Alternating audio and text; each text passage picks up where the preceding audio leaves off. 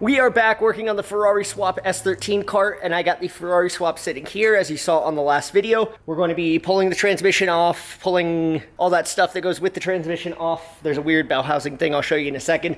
Throwing the bell housing adapter on. Can't throw the transmission on yet because I'm waiting on the clutch kit, which will be here in just a few days. But hopefully I'll get that on in this video, and we can get it test fitted in the car, see what shifter relocation I need, and go from there. So we have the transmission here, which is like a normal automatic transmission, and then there's this section right here, which is like a weird bell housing thing. Not exactly sure how that works or whatever, but I'm gonna take all these bolts off and try not gonna do the torque converter bolts yet because I don't really know where they are. So I'm gonna see if the trans comes off as this piece. Now I got the transmission dropped from the engine. This weird adapter is insanely heavy.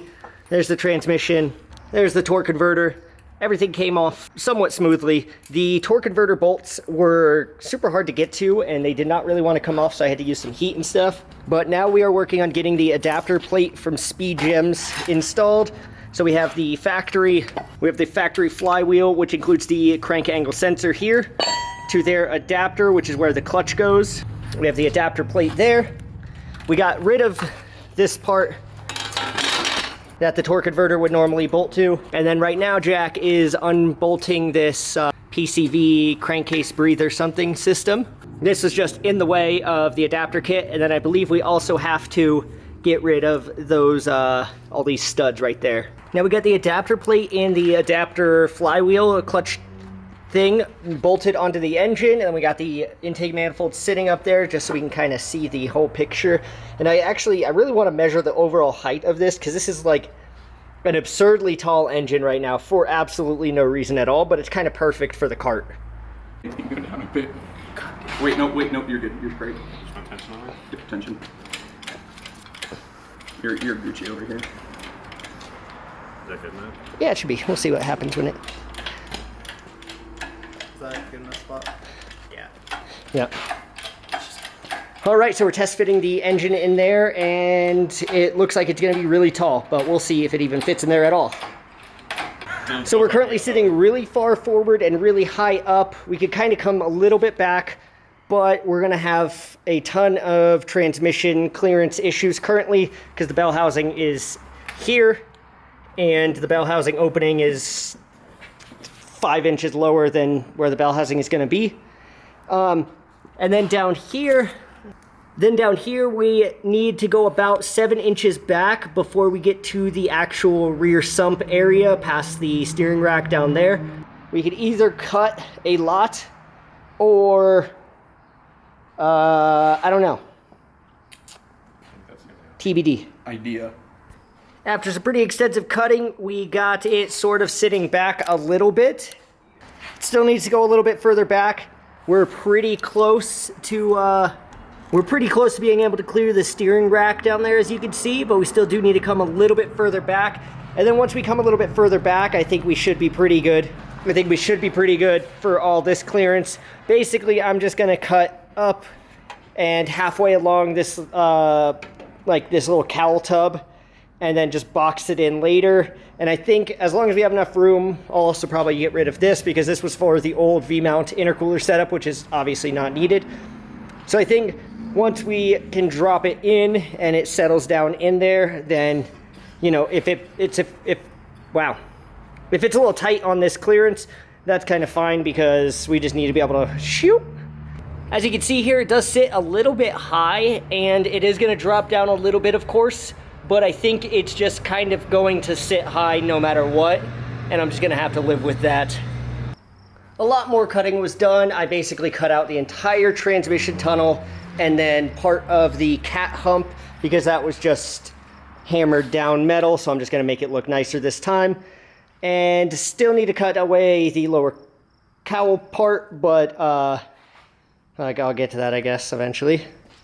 And then I am starting working on wiring, and all I'm doing so far is I have the wires or the sections of wires that I know I don't need, and what I'm doing is picking a wire and pulling on it,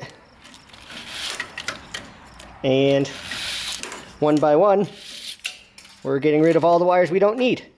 So these are, I don't know what they are, but they're not necessary because I don't know what they are.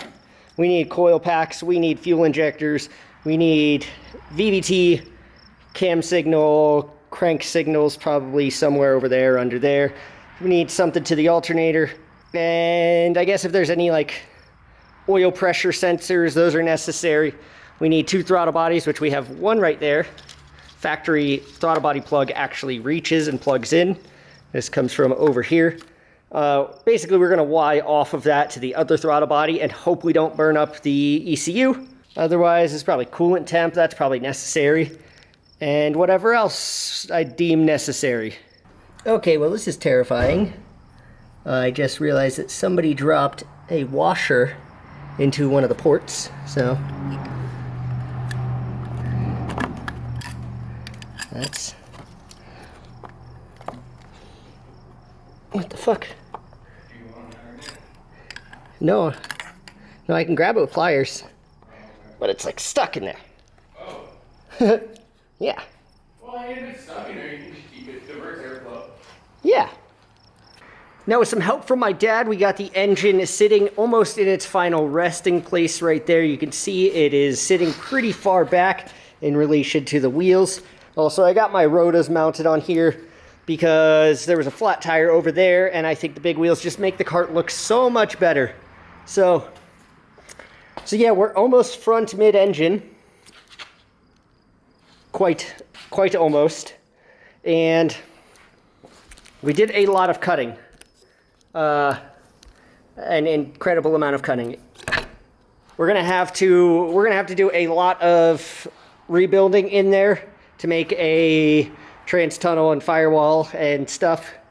Even though, like, what really is the point of a firewall when, you know, you feel me? And then also down here, we got the factory header sitting up on this side, and it fits pretty beautifully, actually. So, hopefully we can run factory header on both sides. We just need to do a little bit more trimming on the passenger side. Passenger side is very close to the firewall back there. But I think once I trim there, the factory header should go on, and then we can run the exhaust forward, do a little loopy, and then I think I'm gonna drop it like down right there, you know, floor facing. Up facing would be cool, but then that's literally right in our faces. And then, you know, like a drag style bullhorn right there would also be cool.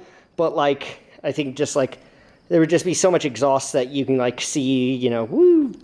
I think just dumping it down would be kind of cool because, you know, do things that you can only do in a cart when you have the opportunity. Now I just got the shifter relocation from Autosports Engineering right here, and it places the shifter here where the service cover is rather than way back here or even right here where the relocations are. So this is going to work a lot better since I have to push the engine super far back.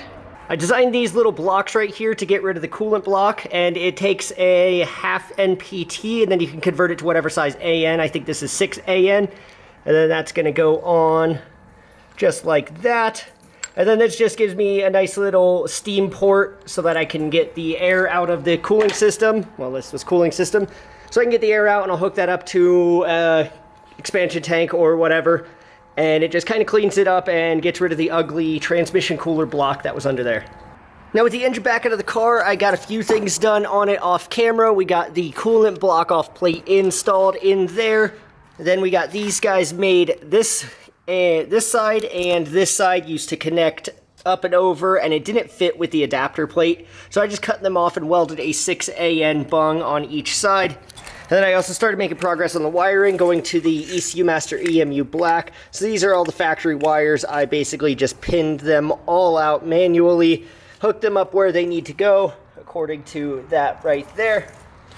And this is almost enough to get the engine actually running. We do still need to do a few more, you know, we need to connect the ones that are missing here. We got drive-by-wire here. We got the alternator ones here that I still need to figure out. And then, you know, some grounds and some power and some KM1 and 2 common wire, knock sensors, all that sort of stuff. Got to hook that all up. And then she'll kind of be ready to fire, and we could theoretically fire it sitting here on the ground. I'm not sure if I'm gonna actually do that, but it would be kind of a cool thing. And then I got a GM coolant temperature sensor in here. This actually just threaded right into the factory slot, which is really cool. And then up in there, we adapted the oil pressure sensor to an ACE NPT, and that's gonna fit a standard NPT pressure sensor there. If you saw on my TikTok or Instagram, I took this off and basically notched it so that it'll get better low temperature coolant flow. And then this right here was tapped to like a straight thread. It's not this. This is quarter NPT. I think it's 3/8 NPT.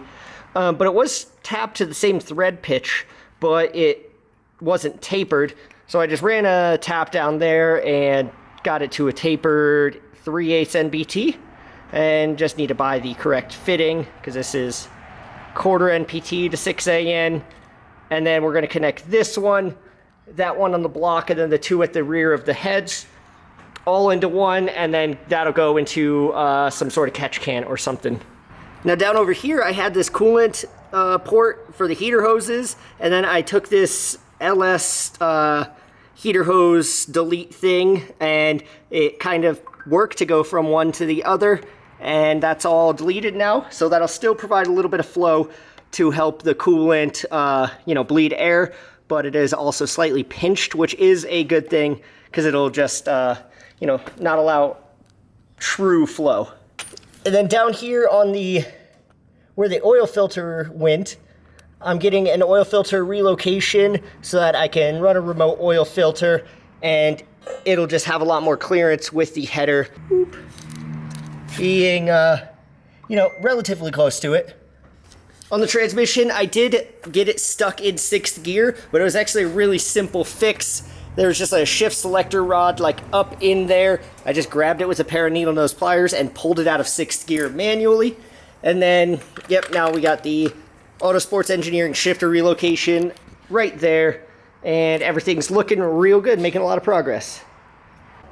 Alright, and that is it for this video. In the next video, I think we're going to be able to actually get the engine mounted into the car and start doing all that stuff, so stay tuned for that, and I'm going to work on the Viper Z.